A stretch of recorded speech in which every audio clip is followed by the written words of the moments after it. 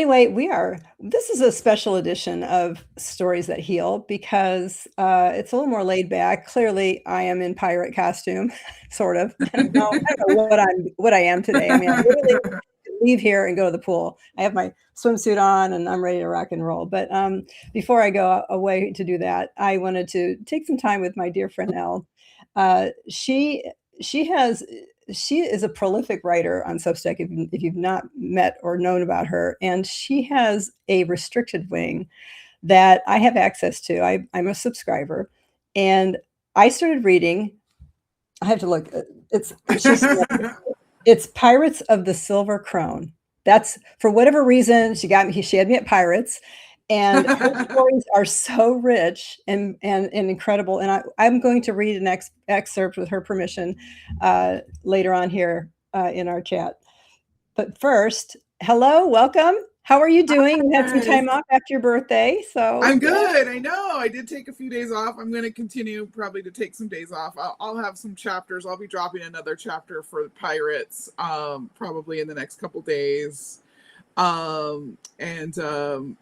Maybe one more for the Warden's archive. But for the most part, I haven't been writing. I've been cleaning things out, taking stuff to Goodwill, cleaning the house, taking extra naps, just taking some time off because anybody who's followed the Warden's archive knows that I'm ridiculously active. And I think for months there I treated it like a full-time job, kind of getting my writing out there and building up my following. And the restricted wing came out of that because we had a Discord group that Linda and I are in, and we got a little unhinged in there, and there was a couple writers who already write erotica, specifically monster erotica, which got me into picking up a book and actually reading a book. And it was never my thing, but all of a sudden I got really creative around wanting to write some erotica, and I just kind of that was my first one that I wrote, and now I'm serializing it, and I created a separate, I call it the restricted wing of the Warden's archive, that is specifically for my erotica. So I guess that's what we're talking about today. Well, we are. I mean, it goes so Elle and I were fighting back and forth, like, no, I'll do the live. No, I'll do the live. No, I was thinking, no, let me do the live. This is really, honestly, it's a way to think differently about smut, and we're going to talk about that in a minute.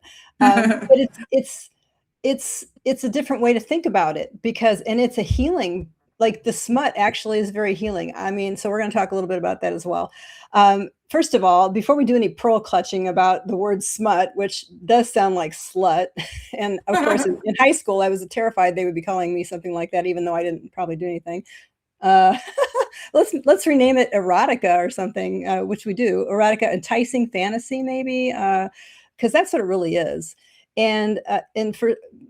Because for some, smut has that negative connotation, and I just say, let's take another look at that and how can that really heal. So I was reading her stories in the restricted wing, and I was starting to go, wow, something's changing inside of me just by reading. And it's true, reading erotic fiction can have real psychological and physiological changes, especially during menopause and after menopause, which I'm way past all that, when the hormonal shifts that libido and mood.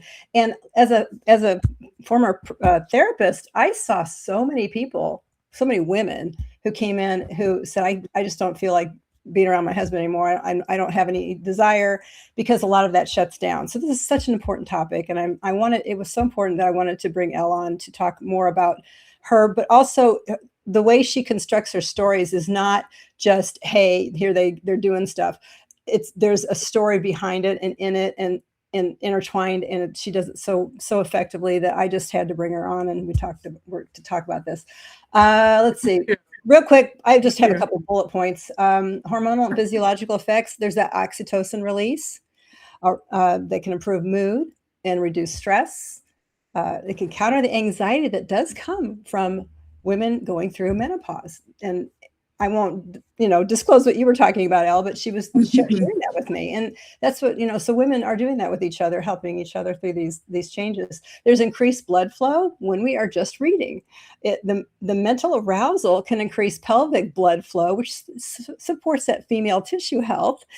And then there's the dopamine and the endorphins. Fantasy and anticipation activate the reward pathways, giving a natural mood lift.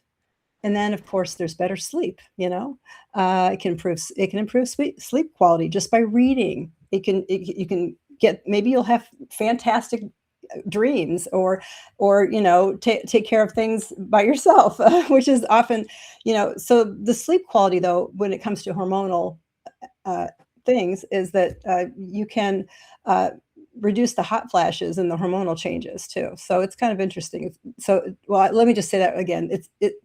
Disrupted hormonal changes do affect sleep quality, and so this reading these erotic stories are very helpful. So, all right. So enough of me reading things. Sorry, guys. Oh no, I take it back. I'm going to read some more things. I'm going to read an excerpt eventually here, but I do want to ask you, have you comment about basically the psychological and relational benefits that have come to mind for you, such as like women reclaiming desire on their own terms. You want to speak to that at all? Yeah, absolutely. I mean, going back to what you were saying, smut to me is not a bad word. Maybe it did, but I believe like book talk and kind of the whole craze for it now is really taking back the term and normalizing it. Because how do we do that? Like, you come to a certain point in your age where your body's changing, your hormones are changing, you've been married for a while, maybe it's the same person. And there's several ways to do it. There's several ways to, take that back. Mm-hmm. But one simple way to do it is by reading something that's exciting, that has some erotica in there, that mm-hmm. plays into your own fantasies. Because mm-hmm. if you can get that mental stimulation going again, instantly it will arouse you, especially women, because like mentally sometimes we're just bored. And now we can read something that's, dips into our fantasy self. Yeah. And the lights come on. So the mind is very powerful. Yes, I agree. And as you're talking, I was thinking, when women go through menopause, they, of course, relinquish the baby machine, so to speak, or that ability. It's a part of their human anatomy that they no longer have, or they have it, but it doesn't function in the way it used to. So there's a loss there, believe it. I mean, for me, I didn't like that at all. It was like, there are benefits, obviously, but I just somehow I just didn't like that change in my body. So the way it all happened, but it is what it is, and it did what it did. What I want to say is that erotica offers low stakes way to connect with that desire again, because we're no longer procreating, but then there's that desire, and in all the changes that happen, we lose that desire. There is a study, well, not a study, I've read about women who stop having sex because it's painful, and then they actually lose that feeling down there. There's no feeling as much down there. They've shut it down here. So there's an awakening that can occur also with these stories. The other thing is when women are alone and rediscovering their bodies, there's a cognitive rehearsal for intimacy. When they read these wonderful erotic stories, it gives them gives them ideas about how they would want to do something, and it reawakens their fantasy. Maybe they'll put themselves in with the pirate and have fun with that, and pretend they're being ravished. And it's just, again, the hormones change and all the things. Any thoughts about that before I keep bullet pointing? No, it's really good. I mean, it's there's just so much to talk about. So. I like that when you said it was low stakes, because oftentimes, like, whenever we're reading a book, we're usually experiencing the book through the protagonist. Yeah. And so we can do the same with erotica books, and that is, it's low stake, it's low cost, it's easy access. Mm-hmm. But it's also, if you can get creative and get into role playing role playing can really add in your relationship, can add a whole new level. So Right. now you can take like what excited you from the book, and next thing you know, you and your husband are playing pirates and giggling like kids again, and having sex like you did the first year you dated. Super fun. And Super fun. it is every woman goes through a private situation when their body changes, and so so reading this erotica lets women explore what turns them on privately, and which can build body confidence when they are with their partner. So I find that fascinating. And then just one more thing, the stress buffering, absorbing fiction of any kind lowers cortisol, and erotica adds arousal, specific relaxation on top of that. So well, that's good. Lower cortisol. We could always use more of that. We could. Yeah. Exactly. So I have some reviews here I'd like to share about your writing. Okay. Congratulations, you just made Smut sensual again. Some of the scenes depict assertive coupling, but never assault, which is good, while other intimate moments are as gentle as snowfall.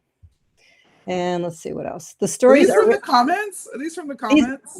The stories are rich with ebbs and flows of emotional states within the characters that touch a part of our soul, inviting us to dig deep into our own connections with our partners. Yeah, no, these are my reviews. No, I know. That tells me you read all your comments, because you did not recognize those. Yeah, I love it. Pretty much right now, anything that is erotica is going to be behind a paywall.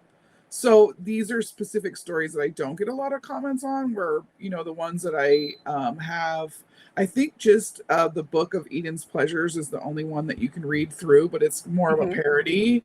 That one has a ton of comments. Bound and Determined, anybody who's read that one-off stories really liked it. Some people have mentioned that I should make a whole novel out of it. It would make a really good slow burn with erotica in it. Yeah. But pirates is something really special. It's really, to me, I wanted kind of a reverse harem. I really don't want, no force. I don't want any shadow daddies or sex without consent. So this is really about creating a goddess who's older. Of course, she's like almost 200 years old, but looks like she's maybe in her 60s. So like that's hot 60s. Oh yeah, she's hot. Yeah, she's very. I mean, she's a goddess, so she's hot. But she has a pain. She has a wound that she hasn't really been chosen. That she's been kind of passed around over the years, as pirates are trying to figure out the riddle behind what she is. Just consider her like a relic. And so not to like give up a lot of the story, but I'll tell a little bit. Like in the riddle, it's the more pleasure she receives, the more I have to pull up the riddle now so I can read some of it. While you're doing that, to reach the treasure, one must pleasure. Right. It's just this simple line that has kind of stumped a lot of the pirates for a while. And so this is this group of pirates comes and takes her, and they're just instantly like taken by her.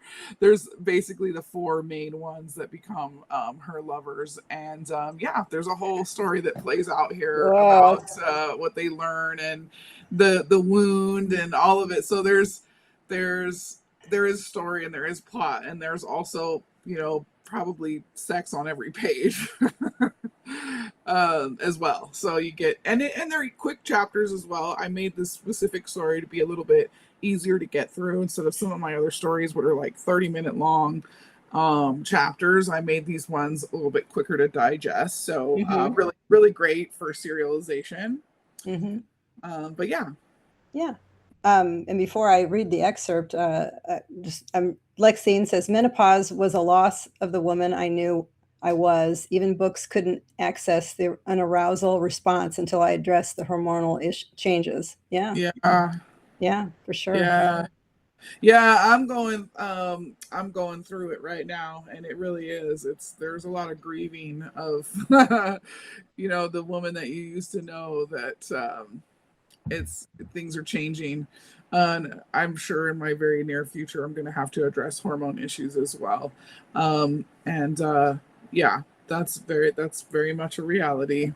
Yeah, I want to just, as a former nurse, I have a public service announcement. If you are in perimenopause, talk with your doctor about those options. I was not someone who, like, I don't like taking medicine. I don't take any medicine, and I'm fine.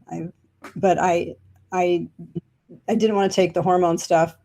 I'm doing a little bit now, but I'm taking something that's very benign, and I waited too long to get what I really want. Wish I could have now. But so what I'm saying is, there's progesterone and estrogen patches, and you can get those pretty soon. But it just depends on your, obviously, medical history. Talk with your doctor. So I don't know. I'm not going to get into your private thing, but No, not yeah, yet. it's one of those things where I put it off. I don't like. I just had to deal with ear, nose, throat stuff. Found out I have a deviated septum, which is part of my breathing issue. Mm-hmm. Doctor tells me, 80% of the people come in here, they have that. Only 20% get surgery. The rest of it is dealt. We deal with it with medication. I was like, great. He's going to put me on step therapy. Not a fan. I'm kind of like one thing at a time kind of girl. That's what I mean. I don't like to. I figure I'll put it off till the end of this year. I'm just turned 48. I just had my 48th birthday, so I can't wait too much longer. But the average age is 51. So yeah, I can't. I do need to get it. I do need to work on it. I'm struggling to like have energy. Weight loss is impossible. Weight gain's way too easy. So yeah, I need to get on it. It's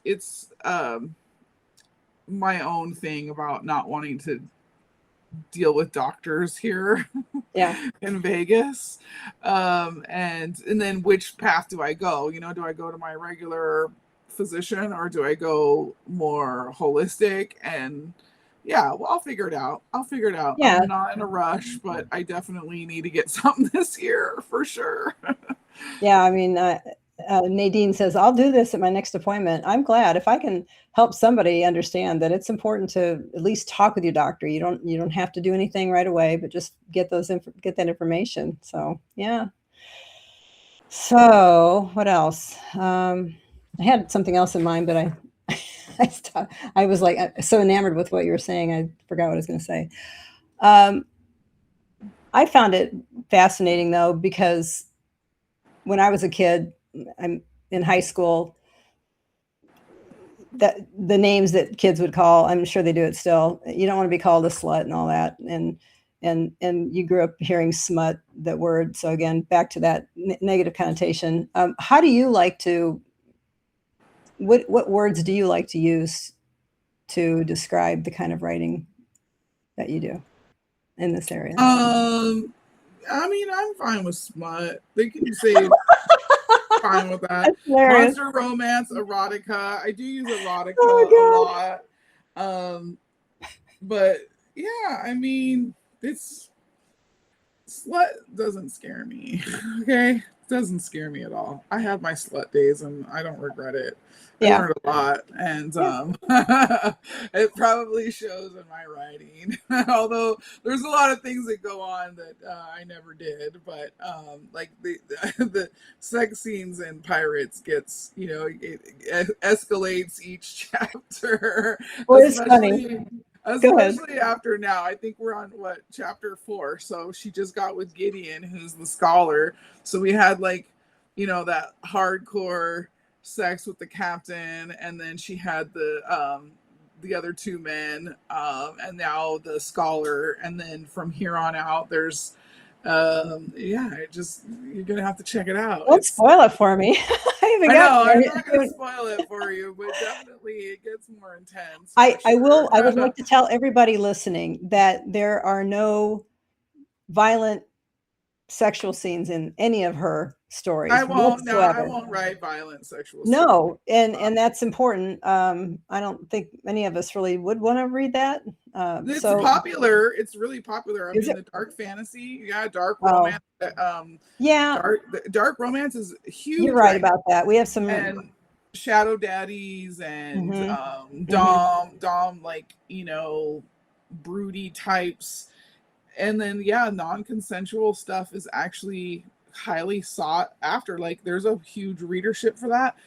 I personally like to write what I want to read, Yeah, of course. and I'm not attracted to that. It's not um that's not where I get my fantasy. I am kind of exploring more of the monster romance. So I Oh, did yeah. read The Milking Farm, which I loved it. I loved it. And now the same author is reading Breeding Clinic right now. So it Who's the author?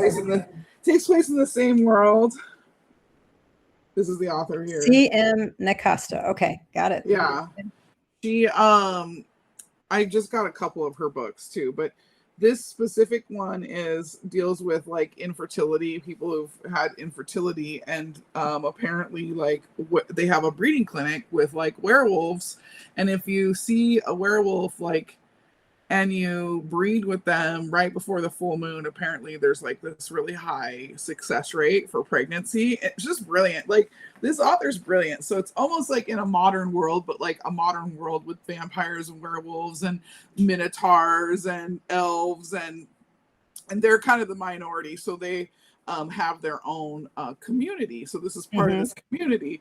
So it's actually, I just think it's brilliant writing. It's not like I'm daydreaming about breeding clinics or milking minotaurs or anything. I just think it's just Right. so interesting, and it's great writing. And I find myself finishing the books and going for another one. So whatever that means, I'm learning from it.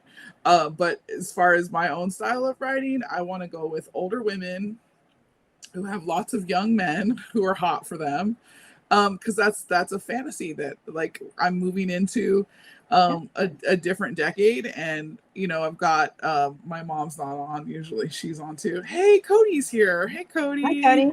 how's it going? But yeah, we've got so much fantasy that even my own main book that I'm working on, The Warden, has a younger protagonist. We have just tons of fantasy with like 18, 19-year-olds. Like, think of Sarah J. Maas with Akatar and Throne of Glass. All of that is 18, 19, chosen one stuff. And I want to see more reverse harem, older woman type of Mhm. fantasy plot. So I've got some other stories I'm working on too, with like a male siren, same kind of thing, kind of reverse harem, older. She's not, as old as my crone, but just that idea. That Yeah. idea is what's coming in to my story outlines these days. And yeah, I'm pretty sure I'll get better at it as I go, trying to write these characters. Yeah. But it's fun. I'm into it, and so far people have loved it. It's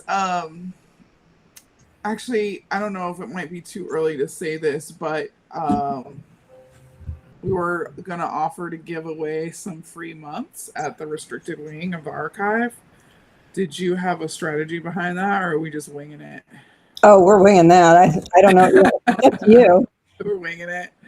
We're Yeah, winging so it. if you are not a paid subscriber to the restricted wing and you would like to read Pirates of the Silver Crown, just drop in an emoji. If you don't want to drop in an emoji because you want to be private about it, just send me a private message.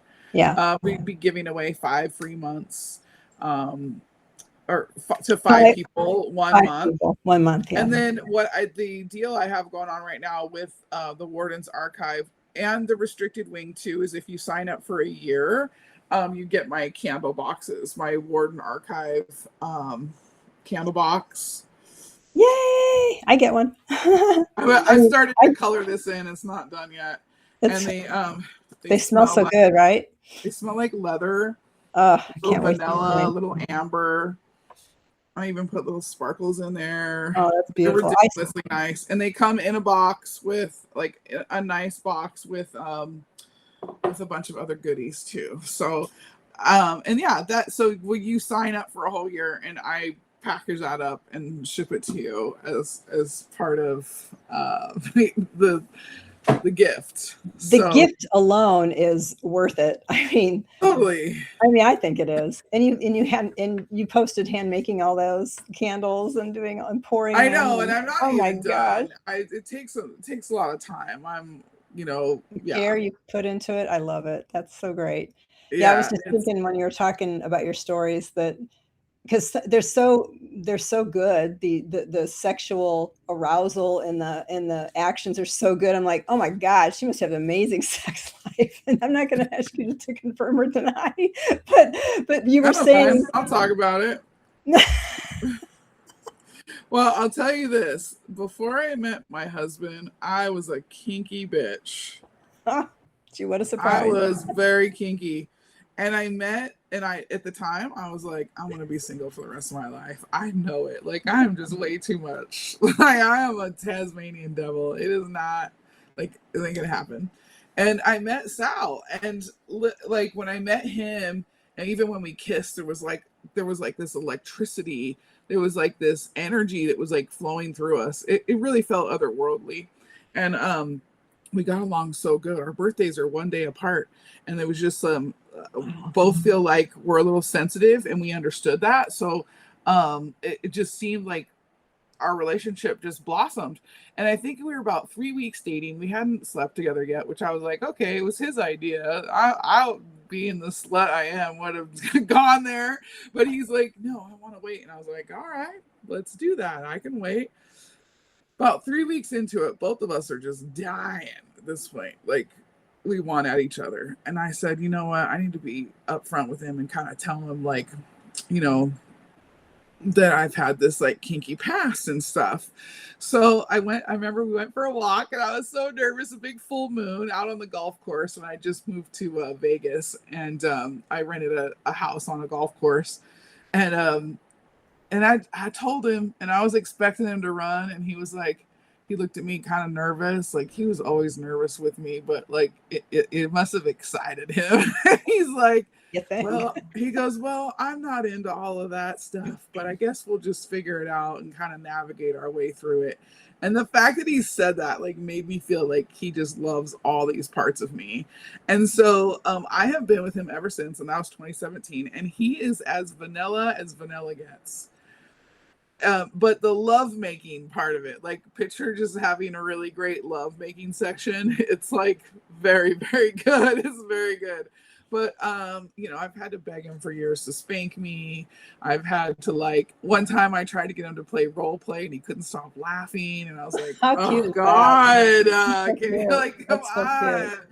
on? But Yeah, he's you clearly have fun, and you were saying I heard you say earlier that the things you write are not things that you've done.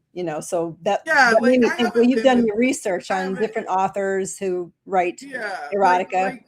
two guys at one time. Talk. I want to read about that. I don't know if I necessarily would want to experience it. It feels like a lot of players on the field at once. Right. I won't go into any of that past, but sex parties and lifestyle stuff is pretty popular, I know, and nowadays. I don't know. I'm not going to call out any states because I think it's pretty much popular everywhere now. And I have in my past been, I guess you call, I was like a unicorn. I dated couples, and so I've been to, I've had that experience as well. And I just don't think Sal and I want that in our, maybe not now in our relationship. It's not something we see. Like I think we find our bond and just who we are really sacred and special. Mhm. And so it's cool because now that creative side of me that was just kinky and had all these experiences, and now that person didn't die. Like she hasn't gone away. She just gets to write about it, and it's the same experience Ah, mentally. Like if I'm craving a spanking, I can just write a spanking scene and get the same satisfaction from it as I can still feel it. Like I don't know if that makes sense, but it used to be a point where I would tell people if I can even talk about my kinks that I want, I feel like I feel satisfied from that. I really do. If someone's sitting there like listening and like taking it in, and yeah, I get to share it. yeah. So to me, writing is that way. Like especially writing erotica. And I probably should start writing more kink and especially the dom women, um, mistress women, protagonists would be a lot of fun. May I somehow wrap that into fantasy? That could be pretty hot. But yeah, Well, that just keeps all that alive. So I have no doubt you will do all the things because you are so prolific, and when you get ideas, you go for them. I know you're constantly writing.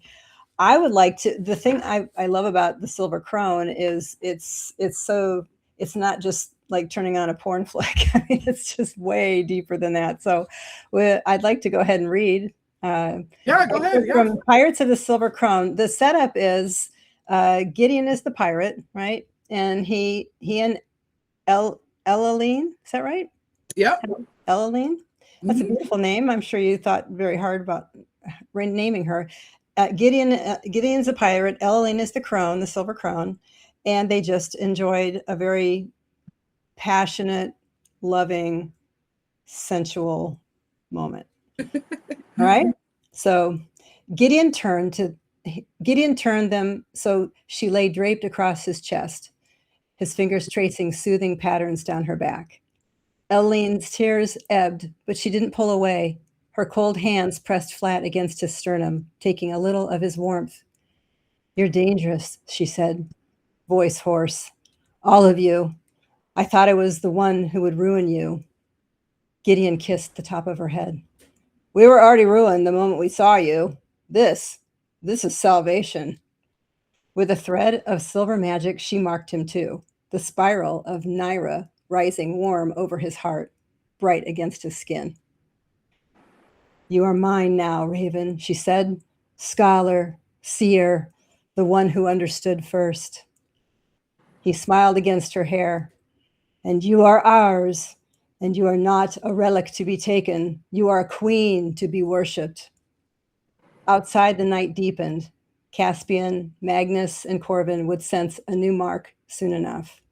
But for now, in this small room of ancient texts and new devotion, Elaline let herself be held by a man who had read her story before he ever touched her body. The hollow in her chest was smaller tonight.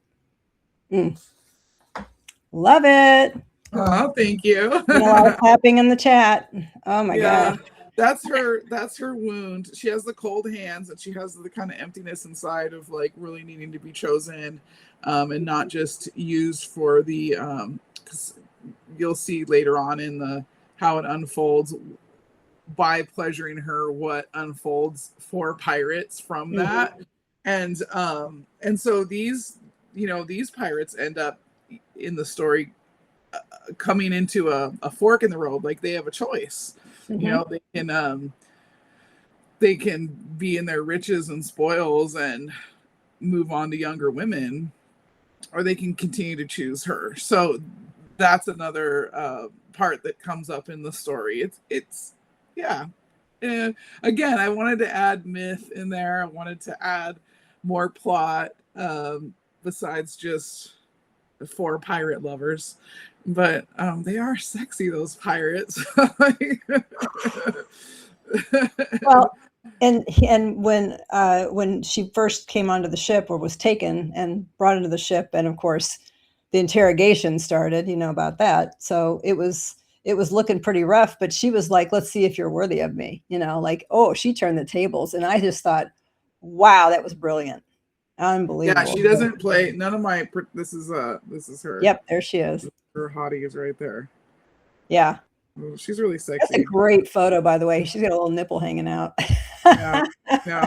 I mean, barely. It's hot. No, I mean, I photograph women, and I photograph mostly like boudoir, and it's mostly women over 50 and 60. And this is something that I see all the time in Vegas. So there's women nowadays who are, they holding on to that sexy for a long time.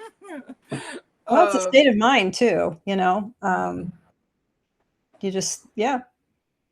You were talking earlier about menopause, where, the weight gain and all that. It seemed like every time I turned, 40, 50, 60, it was a challenge, just for whatever reason, that 10-year span. So it's just an adjustment in your in your body and the way you do things and the way you eat, etc. And it's just honest. It's not just that, but it's when you can tell yourself, I got this. I need to do something different, or this isn't going to work for me. And again, we talked about it being a loss. Yeah, I can't eat as much as I mean, I can't eat like a 20-year-old like I wanted to, and I love to eat. So. Oh yeah, no, I mean you can't get to a point where you gotta watch things that you used to be able to eat. You can't. Oh I mean, yeah. that's totally a reality. If you have an Instagram, I'm gonna give you this influencer, Kim Anami. She's the things I lift with my vagina lady. Wow. She's probably, I know she's in her 50s, and she's been known, she kind of got her fame by doing videos of her on the beach, and she would have the yoni egg, which is, a little jade egg with a hole in it. She'd pop it up her vagina, and it'd have some apparatus on it that is like a string that comes out and can hold different weights. And she was holding a surfboard with her vagina.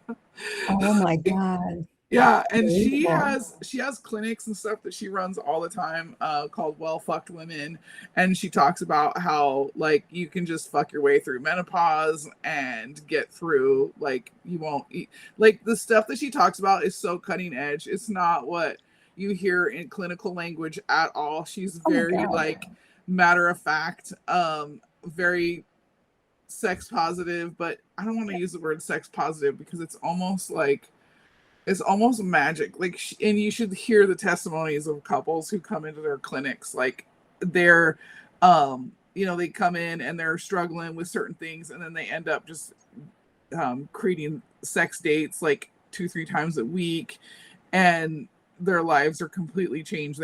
Their health changes. So yeah, when it comes to like having good, healthy sex, it's one of the most healthiest things you can do for yourself. And if reading a book about pirates like gets you there, then it's good. It's better than porn. Porn tends to take your mind and for sure, in a different direction. Yeah, I'd say it reawakens those who started to drift off, who didn't know about this lady, who I think is magnificent. She's doing all of this. We need more people, more women like championing other women like this. Absolutely. Yeah. Wow. I'm just blown away by that. That's great. Yeah, she sells the yoni eggs and then teaches the classes too. And I have my own eggs, and whenever I've practiced with them, what happens is like a lot of women who say that they don't like to have sex, and this is, I'm quoting like what I've learned from her, and it's true. She's like, they have numb vaginas. It's like numb. It's like if you don't use it, you lose it. That's true. If you don't like that, using your pelvic muscles and getting blood flow down there regularly, and using like your pelvic muscle when you're holding weight is building up the walls of your vagina, and you can create muscle movement in there that feels like a hand doing, going up and down. And this should be, she'll say this, Kim will say this, every woman, it should be totally normal for them to put ping pong balls in their vagina and pop them across the room. That should be normal. Now, if you do any of that, even a little bit done badly, your sensation while having intercourse goes through the roof. Even doing a little bit badly, like sensation wise, things wake up down there and suddenly, okay, now I get what the big deal is about. And it really doesn't matter her age either. She talks about that as well. So yeah, that I love her for that reason. She's very like, I mean, some people have probably listened to her podcast and be like, man, this woman sounds like an absolute slut, like coming from what we were talking about. But boy, she teaches some stuff that is, it absolutely works, and it's yeah, it's good. It's good stuff, I'm telling you. So check her out. Definitely get yourself a yoni egg. It's worth it. It's 100% worth it. I knew about the yoni egg, but I didn't know about her, and yeah, I'm definitely going to pass that on to a lot of my friends who are struggling right now. So with their situations. Yeah, and passing along here. This is this. I knew this would be somewhat of a public service, but you just knocked it out of the park with this gal, and also just with your stories. And so they are very good. You are an amazing writer. Keep doing what you're doing. You're going to help a lot of women and men get things going. You know, like it's males go through menopause too. They get kind of, for lack of a better word, they get crabby. I hate to say it like that, but they get that. So they have like irritation and things like that. But that's when they're in their late, like their 60s and stuff like that. So don't worry, everybody who's watching. We got some guys in here that are in their 60s. I know, they're like, oh my God. I would say the majority of my readers who really enjoy my my writing and keep coming back are in their 60s and 70s. Nice. That's great. I don't know why that is, but what's that? I hope you get more feedback. Are you talking about the behind the closed doors stuff? No, anything you have. Okay. Yeah, like a lot of my slow burn romance is the two that I have out there now, Bound by a Dormant and The Classifier. Yeah. The readers who really get into it are older readers. They just very immersive. Yeah, I don't know what it is. I think what you're so good at as well is the tension, the sexual tension. It's so good. You write that so well. Every time I read something you've written where I just want them to, like, gosh, do it, please. You know, it's amazing. You're very good at holding the tension. What can I ask? Can I pick your brain about that for those who are writers who would like to learn more about that? Just what is it that you do, or do you have any concept of that, or just kind of flow with it and it just happens? Yeah, I mean, there is a bit of a formula to it. I think I've shared it with a few of you guys before, but you know, you have to have a proximity. You need to have some kind of proximity, but also each character needs a reason why they can't or shouldn't, or you know, so there's chemistry, and then there's usually some kind of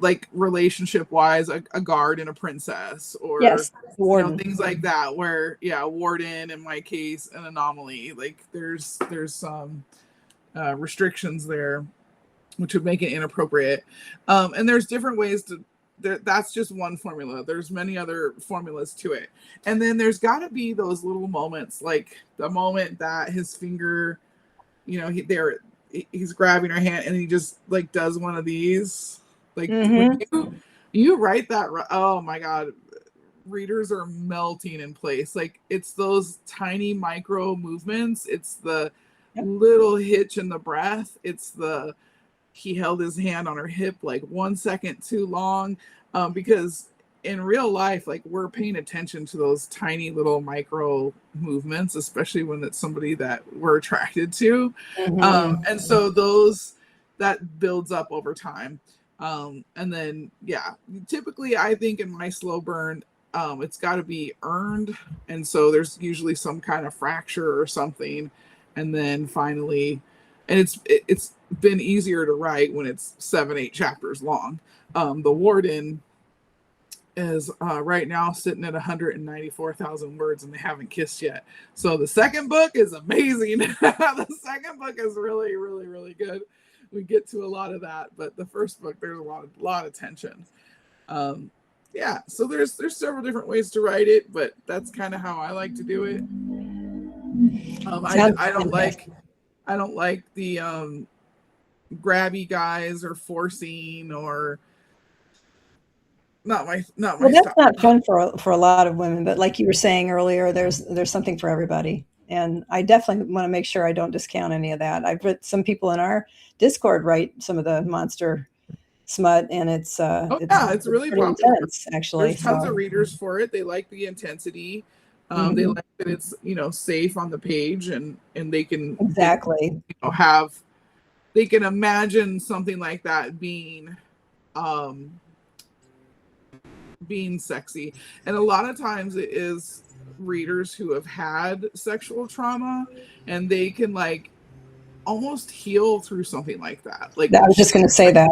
I haven't been through that, so I don't really know how to speak to that, but I've heard feedback like, yeah, this, it helped me. Like it helped me metabolize my own trauma. And Yeah. so I have nothing against writers who write like that. I don't. I like to write, Same. again, what I want to read, what I want to see, what I want to feel. Mm-hmm. And personally, like reading a rape scene would be really destructive for me. I'm pretty sensitive, and I don't want to put that in my system.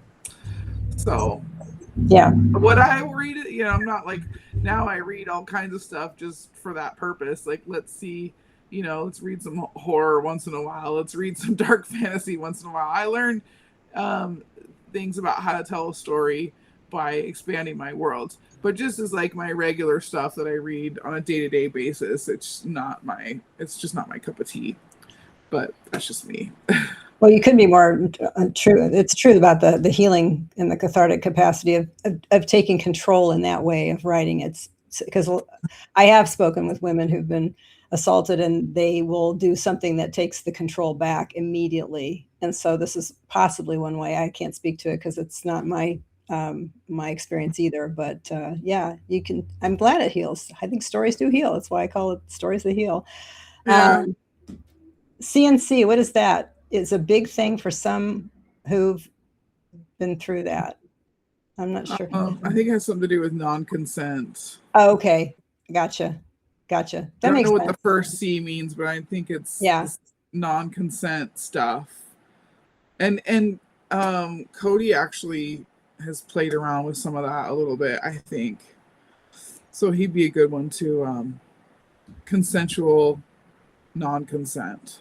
And then Nadine says essay is off screen for a reason. Yes. Okay. Yeah. Not consent. Thank you. Yeah.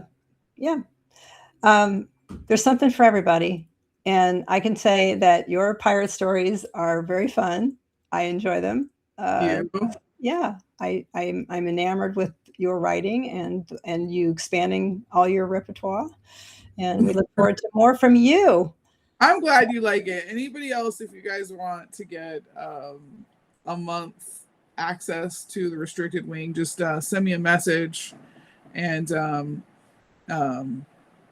yeah, I'll give you access for a month, which will get you you'll get 1 through 4, 5's coming this week, and then a chapter every week for another month. So, and how many chapters is it, you ask?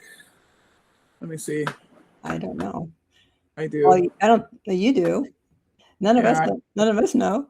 I have to go look at drafts. Yeah, there'll be a lot of speed reading. There's 17 chapters. Oh my! Of the Silver Crone.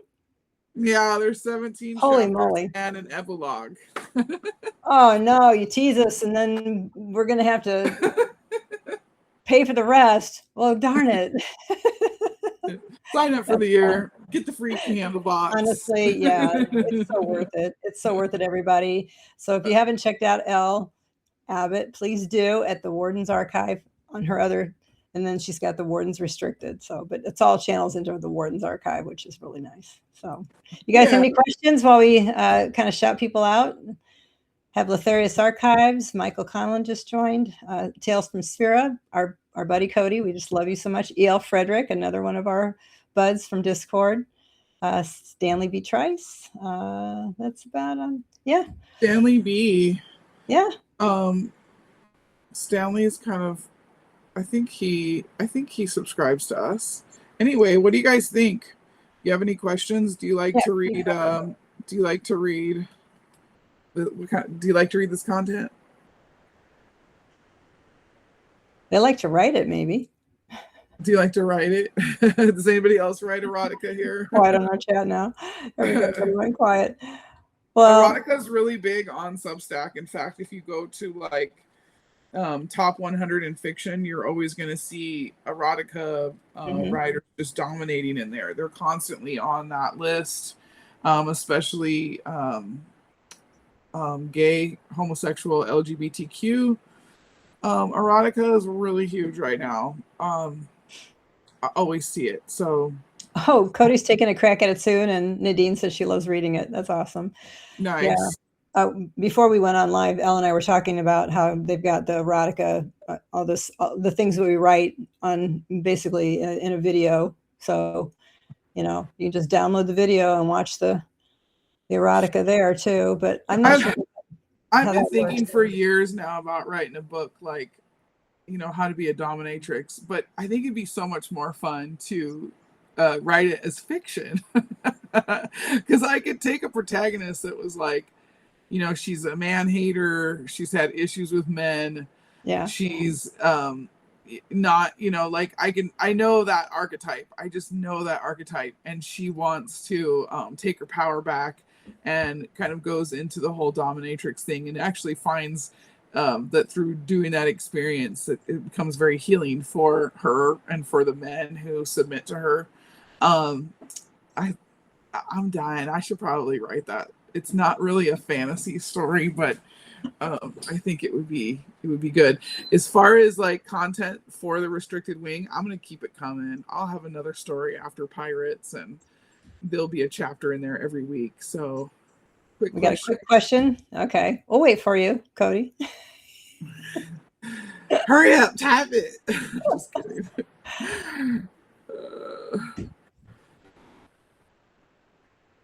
I guess they're all different levels of erotica. There it is. Go ahead, Elle. You want to read it? What would be your advice for writers who maybe want to write romance erotica but are kind of afraid of how readers might perceive them? Just change your pen name. Like I said, I put it in a restricted wing, so it's separate from, you know, my other content. And then if and when I ever publish any of my erotica, it'll be under a different pen name. I think my pen name for erotica I'm going with will be Sable Wilder.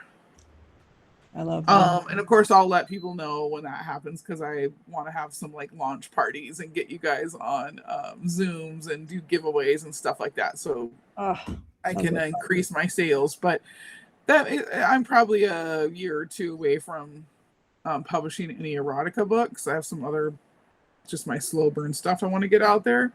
But yeah, I'd say just write it, and you don't have to put it out there on Substack. If you want to put it out there on Substack, you can, like I said, just start another account, and you can start another account that isn't connected to your current one, and you can just use a different pen name, or you can share it with your friends in Discord. But yeah, I think it's good for writers anyway these days. Like if you're writing different genres, to separate pen names. I don't know if that's was a thing in the past, but I know that's good now for just branding and marketing purposes.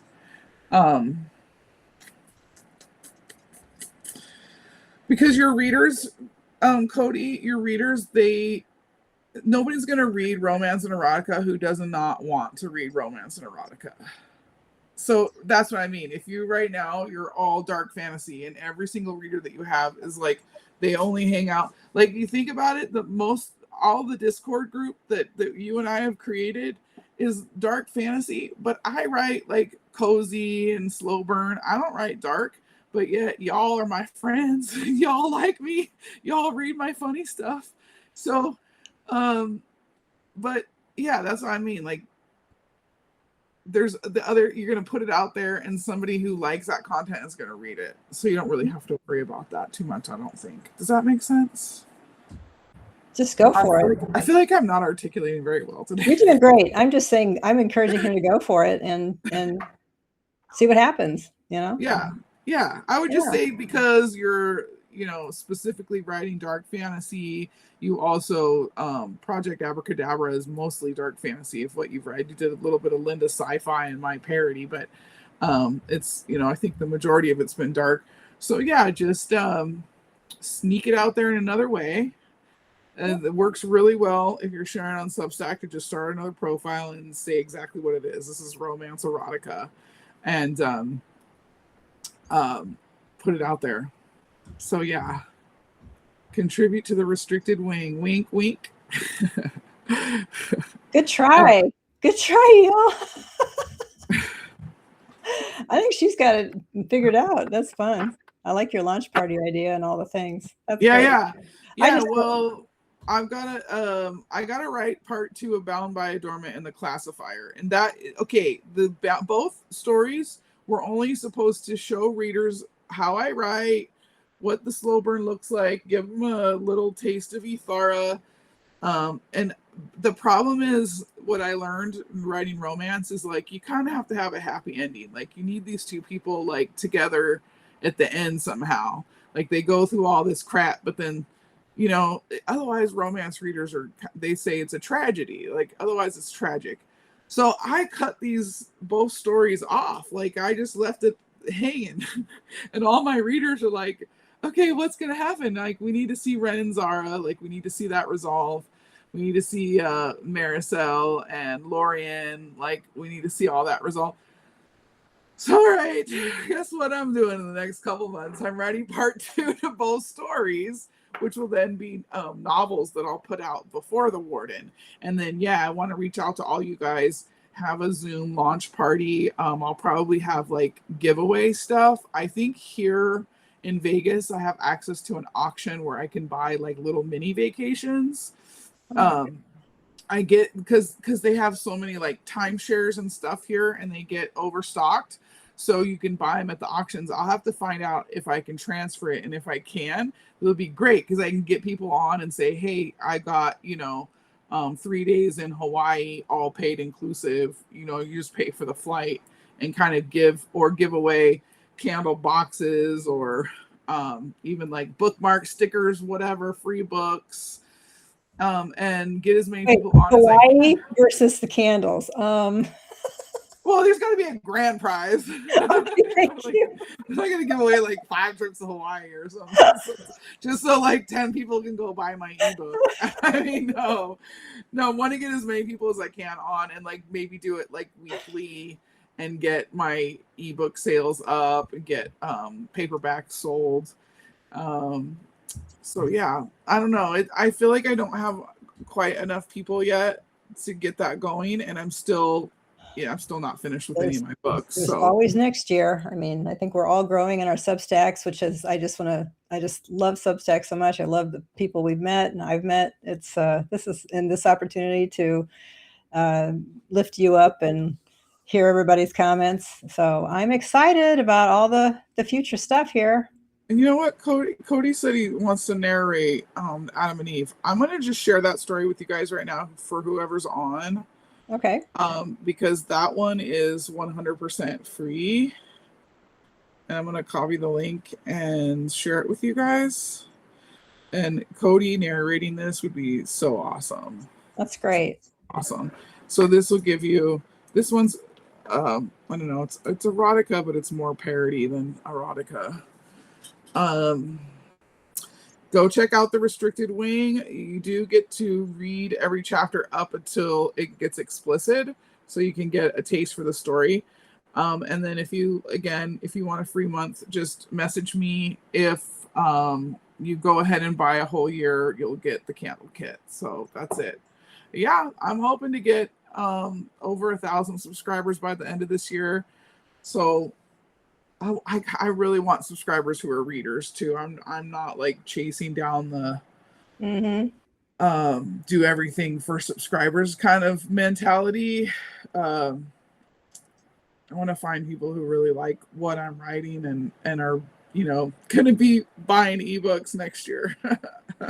Yeah, I mean, we could do a whole nother hour, which we're not about, chasing the numbers and fretting about subs and all that. I think just I've decided I'm excited about the ones I have. I just want to say that I'm just want to focus on putting the good content out, and then the slow trickle of subscribers I'm super, super grateful for. I'm just having a ball. I don't profess to be this great writer. I really don't. I just started after a career of doing other things, being in the health profession, and I'm just having fun seeing what it's like to be a writer and learning from all of you, certainly learning from you, Al, the way you write, the way you bring stories to life. It's just amazing. So oh, thank you. It feels really good. I've been reading so many other books lately this past week, and it's hard not to get into that comparison mind because I've been feeling that lately. I've been feeling like, man, her dialogue is so good. Wow, she's really like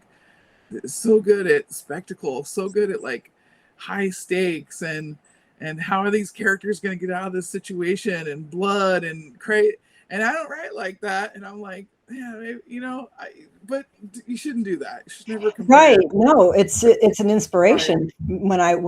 For me, it's like school. Like everybody on Discord, I read their stuff and then I'm like, wow, I learned a really cool way to say that. So it's like an academy. Yeah, Substance Academy yeah, for me. it And is. yeah, it And is. yet we still have our own style, so it's great. But Absolutely. Yeah. thank you so much, All Linda, right. for having me on. I'm so glad you You're like the welcome. pirates, and yeah, thank you for everyone who's watched today, and yeah, see you on the other side. All right. See you guys later. Bye, All everybody. right, Thanks for bye, coming. Linda. Thank Bye. you. Bye, sweetheart. You're welcome. My pleasure. Have a good day. Have fun at the pool. All Thank you. Bye, right, everybody. bye.